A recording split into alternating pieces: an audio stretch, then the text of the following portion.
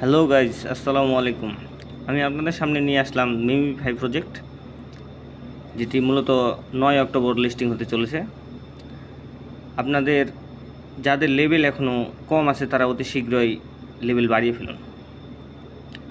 Level সর্বনিম্ন 10 level থাকা বাধ্যতামূলক, এটা অনেকেই বলতেছে, কিন্তু না ভাই, বুঝছেন?